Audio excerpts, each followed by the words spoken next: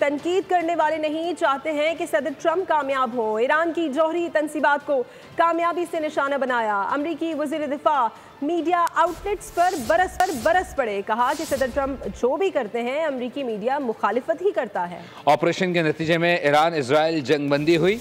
अमरीकी air chief बोले operation midnight hammer कामयाब रहा, जिस पर फौजियों का शुक्रिया अदा करता हूँ। हमने ईरानी तंसीबात को शदीद नुकसान पहुँचाया।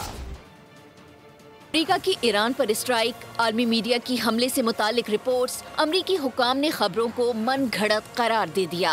अमरीकी वजीर दिफा CNN, MSN और न्यूयॉर्क टाइम्स पर बरस पड़े। कहा कि सदर ट्रंप जो भी करते हैं अमरीकी मीडिया मुखालफत ही करता है। ऑपरेशन के नतीजे में ईरान इसराइल जंगबंदी हुई। पेंटागन हुकाम ने ईरान की जौहरी तंसीबात पर अमरीकी हमले की फुटेजेस भी दिखा दी। अमरीकी एयर चीफ डैनकेन ने ईरानी तंसीबात पर हमले में किरदार अदा करने वाले फौजियों की तारीफ की। डैनकेन ने कहा कि हमारी फोर्सेस आइंदा के लिए भी मुकम्मल तैयार हैं। कतर में अमरीकी एयरबेस पर हमले से पहले ईरानी हमले की इत्तला मिल गई थी। हमने ईरानी मिसाइल हमलों को नाकाम बनाया।